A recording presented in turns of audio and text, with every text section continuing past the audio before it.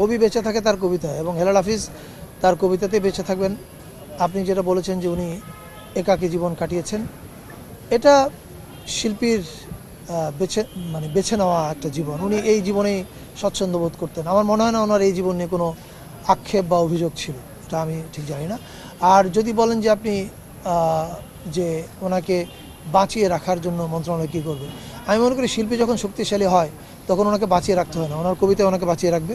তবে হ্যাঁ, সংস্কৃতি মন্ত্রণালয় আমরা আমাদের কি কি দায়িত্ব আছে কবি হেলাল হাফিজকে নিয়ে কি কি করা যায়, কী করণীয় আছে, সেটা নিয়ে আমরা কাজ করব, এবং আমি নিশ্চিত আপনারা খুব দ্রুতই কিছু শুনবেন। কবি তো পুরস্কারের জন্য কিছু লেখেন না, কিন্তু পুরস্কার দিতে হয় জাতি তার কৃতজ্ঞতা জানানোর জন্য। দুর্ভাগ্য এই যে আমরা ওনাকে, আমি যতদূর জানতে পেরেছি উনি 21 পদক, স্বাধীনতা পদক এগুলো কিছুই পাননি। আমাদের সংস্কৃতি মন্ত্রণালয়ের এই বিষয়ে যা যা করার আছে আমরা নিশ্চিতভাবে সেটা করব, আপনারা কিছুদিনের মধ্যে হয়তো জানবেন। আপনি যখন বললেন যে মরণোত্তর পদক দেওয়ার ব্যাপার আছে, আমি এখনই কিছু ঘোষণা করার মতো ঘোষণা করতে চাই না, কিন্তু আপনারা নিশ্চয়ই আমাদের কাজের মধ্যে দিয়ে সেটা ছাপ দেবেন।